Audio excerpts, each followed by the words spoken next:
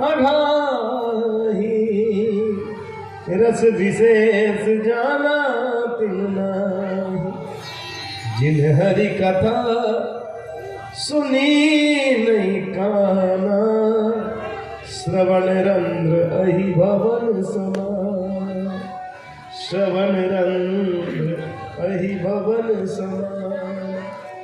मेरे भाई बहन ध्यान दें कि जिनके इन कानों में कभी प्रभु की चर्चा, कभी भगवान की कथा नहीं सुनी, उनके कान नहीं सर्प के बिल के गड्ढे के समान बताया है। जिनके नेत्रों ने कभी प्रभु के दर्शन नहीं किए, संत ब्राह्मणों के दर्शन नहीं किए, भगवान के दर्शन नहीं किए, उनके नेत्र नहीं, मोर पंख पर बने हुए नेत्र के चिन्ह के समान निरर्थक बताए हैं। जिनके शीश कभी संत ब्राह्मणों के प्रभु के चरणों में नहीं झुकते, उनके शीश स्वर्ण मुकुट से भूषित होने के बाद भी मूर्ति के शीश बताए गए हैं। जिनके हाथ कभी संत ब्राह्मणों की प्रभु की सेवा नहीं करते, उनके हाथ सोने के कंगन से भूषित होने के बाद भी मुर्दे के ही हाथ बताए हैं मेरे भाई बहन। और जिनके पैर कभी तीर्थ तक चलकर नहीं जाते, कभी दर्शन नहीं करते तीर्थ का, तो उनके पैर जड़ बताए गए हैं पुराणों में मेरे भाई बहन। तब्या खलु पुराणनी, तब्या खलु पुराणनी, सेतिहासानि जानघ, आख्यातान्यप्यधीतानि,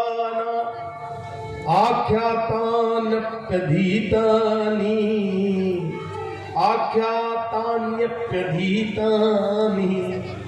धर्मशास्त्राणि आयत। और आज एक नहीं, दो नहीं, 6 प्रकार के प्रश्न पूछे हैं। 88,000 संतों ने सूत जी से पहला प्रश्न पूछा, मानव के लिए परम धर्म क्या है? दूसरा, मंदिर जाते हैं किसकी पूजा करें, किसको छोड़ दें? तीसरा, वेद में परमात्मा का नाम अजन्मा है, फिर इन्होंने जन्म कैसे ले लिया? चौथा, भगवान के कितने अवतार हैं? कोई कहता है 10 अवतार, कोई कहता है 24, कोई कहते हैं हरि अनंत, हरि कथा अनंता, कोई कहते हैं हरि कथा हरि। मेरे भाई बहन, हरि अनंत, हरि कथा अनंता। और 5वां, वक्ता कौन श्रेष्ठ है? क्या जो छोटी बात को बड़ी बनाकर बोले वक्ता वो श्रेष्ठ है, या जो बड़ी बड़ी बातों को, बड़ी बड़ी प्रसंगों को छोटे शब्दों में कही जाए, समझ में भी आ जाए, तो वक्ता कौन श्रेष्ठ है? और 6वां प्रश्न, भगवान जब अपनी लीला को संपन्न करने के लिए आए, श्री कृष्ण ने जब अवतार दिया, अवतार देते समय गोविंद ने कहा हम पृथ्वी का भार उतारेंगे, और स्वयं भगवान गीता में कहते धर्म संस्थापनार्थाय संभवामि युगे युगे, धर्म की स्थापना के लिए मैं युग युग में अवतार लेता हूँ। फिर जब भगवान इस धाम को, धराधाम को छोड़कर चले गए, जब अपने लोक को चले गए, तो धर्म किसकी शरण में गया होगा? धर्म तो अकेला पड़ गया होगा मेरे भाई बहन, ध्यान दें। तो ऐसे 6 प्रकार के प्रश्न सुनकर आज सूत जी महाराज बड़े आनंद में हो गए। सुखदेव का जीवन इतना महत्वपूर्ण है मेरे भाई बहन, ध्यान दें। और देखिए कि धर्म की स्थापना के लिए वो युग युग में अवतार लेते हैं, फिर धर्म किसकी शरण में गया? तो आप आगे सुखदेव जी के जन्म की कथा आप सभी श्रवण करेंगे मेरे भाई बहन, ध्यान दें। स्पष्ट करके बताऊं, शिवदेव भगवान भी क्षीर सागर में राधा रानी की गोद में क्रीड़ा करते थे, पर जैसे ही भगवान ने जब कहा भागवत धर्म का प्रचार प्रसार हो, इसके लिए आपको अवतरित होना है, जन्म लेना है, इन्होंने मना कर दिया मेरे भाई बहन। किशोरी जी और राधा जी ने जब कहा तब भी इन्होंने मना कर दिया। जब भगवान विष्णु आए और जब उन्होंने आश्वासन दिया कि मेरी माया तुमको नहीं घेरेगी, तब सुखदेव स्वामी ने कैलाश पर्वत पर एक सुख पक्षी के गर्भ से अंडे के रूप में इन्होंने जन्म लिया। प्रेम से बोलना पड़ेगा राधे। तो सरल भाषा में ही हम आपको समझा रहे हैं, कर रहे हैं कथा। क्या आप सभी को समझ में आ रही है? सभी लोग समझ पा रहे हैं? जो नहीं समझ पा रहे हैं हाथ ऊपर करें। सबको समझ में आ रही है? हमें सूचना मिली थी आप भक्तों की ओर से कि आप कथा ज़्यादा श्रवण करना पसंद करेंगे और भजन थोड़ा कम। ठीक है, हमने तो पहले ही कहा जैसा आपको अच्छा लगे हम तो वैसे ही करने को तैयार हैं। और यहाँ तो कथा के रसिक पुरोधिया में रहे ही हैं, कथा को बहुत ज़्यादा महत्व दिया ही है आपने, कथा बहुत ज़्यादा आपने सुनना पसंद किया है शुरू से ही। क्योंकि आपके अलावा इधर भी कुछ श्रोतागण बैठे हैं, कुछ बालक भी हैं, युवान भी हैं, बच्चे भी हैं, इसलिए सभी तरीके का जो है देते रहना पड़ता है भाई, उनको भी आनंद आना चाहिए। बाकी आप लोगों की इच्छा का जो है सम्मान करते हैं। बोले कृष्णचंद्र भगवान की। सुखदेव जी महाराज जब अवतरित हुए, अंडे के रूप में बर्फीली हवाएं चली, और बर्फीली हवाएं चली, अंडा टूट गया। मेरे भाई बहन फिर कैलाश पर्वत पर रहते हैं भगवान शिव शंकर। बोली बाबा भोलेनाथ की हर हर हर हर हर हर। तो बाबा भोलेनाथ रहते हैं और वहाँ माता पार्वती भी विराजती है। बाबा भोलेनाथ जहाँ विराजमान हो और वहाँ इस प्रकार का अनर्थ हो जाए तो कैसे काम चलेगा। भगवान ने लीला करी। देव ऋषि नारद ने विचार किया, ब्रह्मा जी उनकी पत्नी में झगड़ा करा ही चुके हैं, लक्ष्मी नारायण ने भी झगड़ा कराया है, आज शिवशंकर और पार्वती की बारी है, और इसी बहाने शिवदेव भगवान अवतरित हो जाए, इसलिए नारद जी महाराज चले गए। और नारद जी महाराज सबसे पहले भगवान भोलेनाथ के पास गए मेरे भाई बहन, और भोलेनाथ को प्रणाम किया, लेकिन वो समाधि में थे। तो माता पार्वती के पास चुपचाप कुटिया में चले गए। पार्वती माता ने आसन दे दिया, बैठाया और फल फूल दिए, प्रसाद दिया पाने के लिए। नारद जी महाराज पाने लगे और पार्वती की ओर देखने लगे, कहने लगे माता बाबा इतनी बड़ी सी माला जो पहनते हैं गले में, उसके बारे में कभी आपको बताया? मुंडों की माला पहनते हैं, आपको कभी बताया माता? अब माता कहने लगी उसके बारे में तो कभी कुछ नहीं बताया।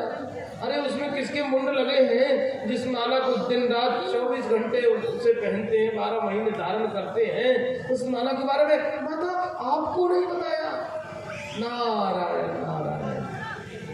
और तो महाराज शंका का बीज पिरो दिया। माता आप जाने और बाबा जाने, आपको नहीं बताया? नारायण नारायण। और वहां से चले गए। बाबा को कहते हो गए माता याद कर रही है। अब माता को बड़ा क्रोध आया कि जिस माला को ठीक बात है और सारी बात बताते हैं, नारद की बात ठीक है, मुझे उस माला के बारे में नहीं बताया। मेरे भाई बहन, और आज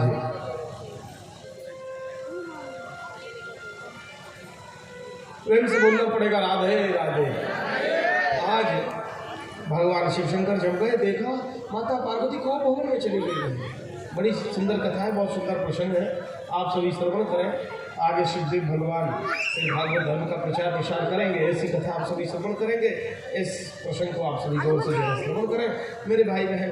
आज भगवान शिव शंकर गए, देखा कि पार्वती तो खूब भवन में गई हुई है। पहले भवन बनवाया जाता था तो खूब भवन जरूर बनवाया जाता था स्पेशल। यदि कोई रुष्ट है तो खूब भवन में जाकर अपना गुस्सा जाहिर कर लिया करता था कि वो नाराज है, फिर उसे मनाया जाता था। स्पेशल को भवन बनाया हुआ होता था। अब तो भवन बनाया जाता है तो को भवन का स्थान समाप्त कर दिया आपने है, और सारे स्थान उसमें कर दिए, लेकिन को भवन समाप्त कर दिया। इसलिए सारे भवन में जो भी जितने भी कमरे होते हैं सारे को भवन बन जाते। जब आपको गुस्सा आता फिर कोई भी कमरा को भवन बनने से नहीं बच पाता आजकल। अगर आप बाजार जाते हैं, दोनों पति पत्नी चले गए, उनके मन की बात आपने नहीं कही, आपके मन की बात उन्होंने नहीं कही, तो वहीं को भवन बन जाता है। और कहते हैं कि पति पत्नी में जो प्रेम और स्नेह रहता है वो सदैव बने रहना चाहिए। कभी कभी अगर थोड़ा सा अगर मीठा झगड़ा होता है तो चलो ठीक है, कोई बात नहीं, परंतु ज़्यादा यदि झगड़े होने लग जाए तो फिर अगर पति को बहुत ज़्यादा क्रोध आए तो पत्नी को बन जाना चाहिए जलधार, और पत्नी को क्रोध आए तो पति को भी बन जाना चाहिए जलधार। पति बने अंगार और पत्नी को बनना चाहिए जलधार, पत्नी बने अंगार तो पति को बनना चाहिए जलधार। हाँ, अगर ऐसा नहीं हुआ तो फिर विस्फोट होता है, फिर दोनों अलग अलग हो जाते हैं। असर बच्चों पर पड़ता है, परिवार पर पड़ता है। इसलिए आपको इस बात का विशेष ध्यान रखना चाहिए मेरे भाई बहन।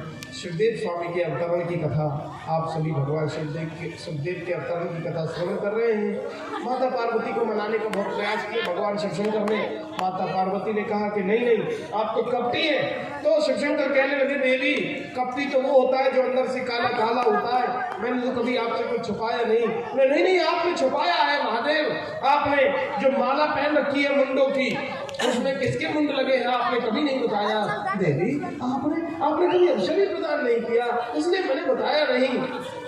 और इसमें जो मुंड लगे देवी और आपके मुंड लगे हैं, जितनी बार आपने अपने शरीर का त्याग किया है मुझे उसकी याद बनी रहे इसलिए आपके मुंड लगे हैं देवी, और आप मुझे कपटी बोलती हैं। माता पार्वती को बड़ा क्रोध आया, कहने लगी फिर तो आप महाकपटी हैं महादेव। ऐसा कौन सा दवाई आपने खा रखा है, कौन सी औषधि पी रखी है, आप नहीं मरते हैं और मुझे बार बार मरना पड़ता है।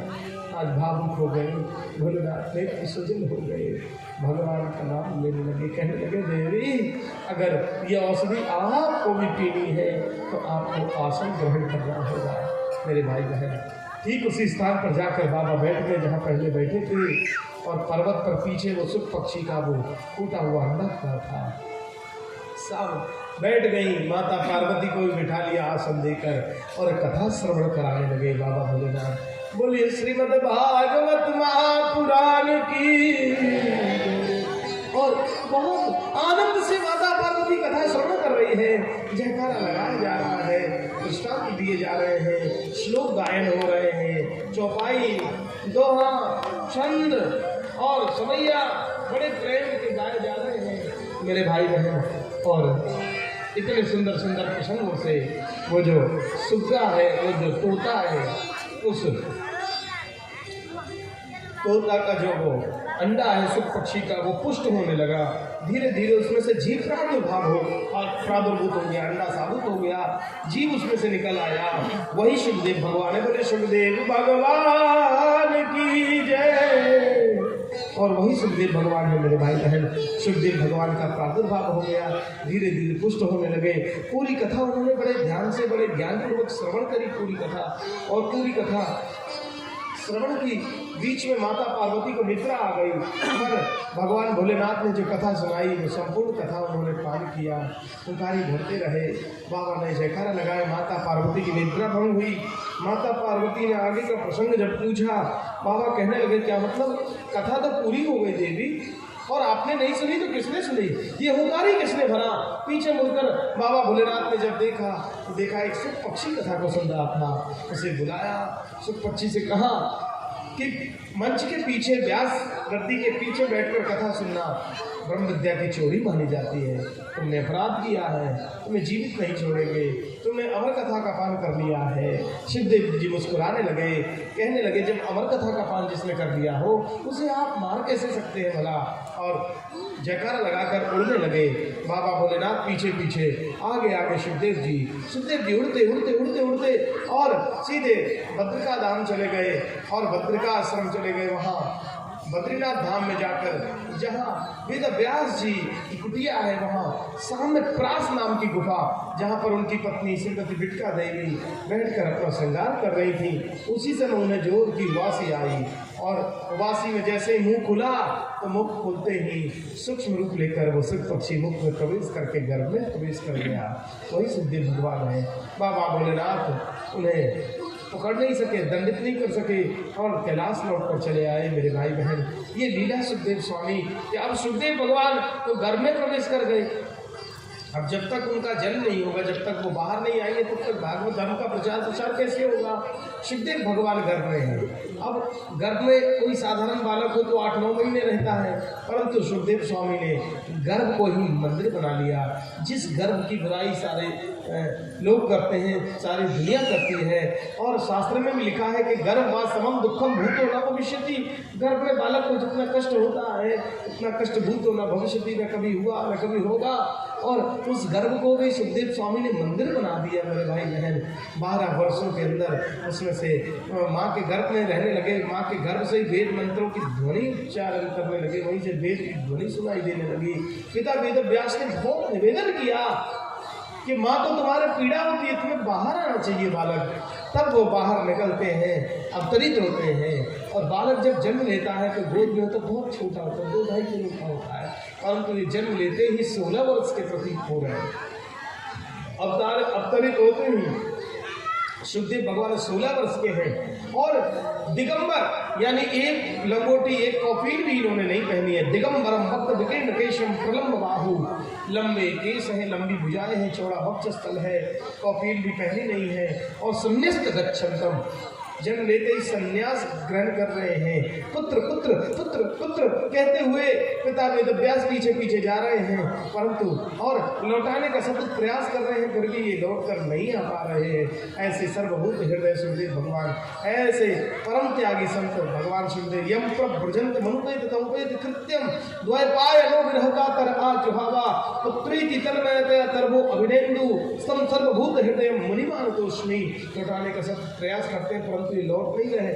मार्ग में जाते हुए एक सरोवर में बहुत सारी स्त्रियां स्नान कर रही थी और सुखदेव स्वामी 16 वर्ष के हैं और कपड़े भी उन्होंने नहीं पहने हैं, परंतु फिर भी स्त्रियों को उनको देखकर कोई लाज नहीं आई और उन्होंने अपने कपड़े नहीं पहने, धारण नहीं किए। परंतु उनके पिता वेदव्यास जी जब वहां से निकलने लगे, सबने स्त्रियों ने जल्दी जल्दी वस्त्र पहन लिए। वेदव्यास जी ने जाकर जब पूछा कि बेटा मेरा युवान पुत्र अभी यहाँ से निकल कर गया तो तुमको लज्जा नहीं आई, और मैं तो तुम्हारे दादा परबाबा के उम्र का हूँ, मुझे देखकर लज्जा कैसी।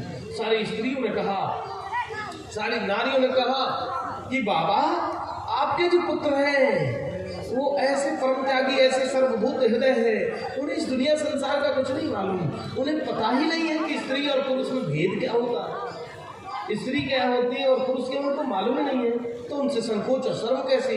लेकिन बाबा आप तो संसार में रहते, आपको तो स्त्री पुरुष का भेद पता है, इसलिए आपसे तो लज्जा आती है, इसलिए वस्त्र पहन लिए। मेरे भाई बहन ध्यान दें, ऐसे सर्वभूत हृदय सुखदेव स्वामी जाकर निर्गुण ब्रह्म की आराधना में लीन हो गए। मेरे भाई बहन निर्गुण एक शब्द आ गया, निर्गुण और सगुण क्या है मेरे भाई बहन? निर्गुण वह है जिसकी हम केवल हृदय में कल्पना करते हैं कि हाँ बांके बिहारी ऐसे होंगे, बांके बिहारी ने बांसुरी धारण की होगी, पीताम्बर पहना होगा उन्होंने, हाँ बांसुरी बजाते होंगे, हाँ पेट में बांसुरी कसी होगी, हाँ गौचारण करते होंगे तो वैसी छवि होनी चाहिए, बांसुरी बजाते होंगे ऐसी छवि होनी चाहिए, चीर चुराया होगा ऐसी छवि, मतलब सामने छवि है नहीं, आप कल्पना कर रहे हैं और अपने मन ही मन आपने भगवान को ऐसी छवि भगवान की बना दिया, ऐसा रूप दे दिया है। निर्गुण ब्रह्म की आराधना और सगुण साकार यानी सामने भगवान साकार रूप में, ऐसे हैं लड्डू गोपाल, ऐसे हैं भगवान। तो मेरे भाई बहन ऐसे निर्गुण ब्रह्म की आराधना में वो लीन हो गए। आज वेदव्यास भगवान ने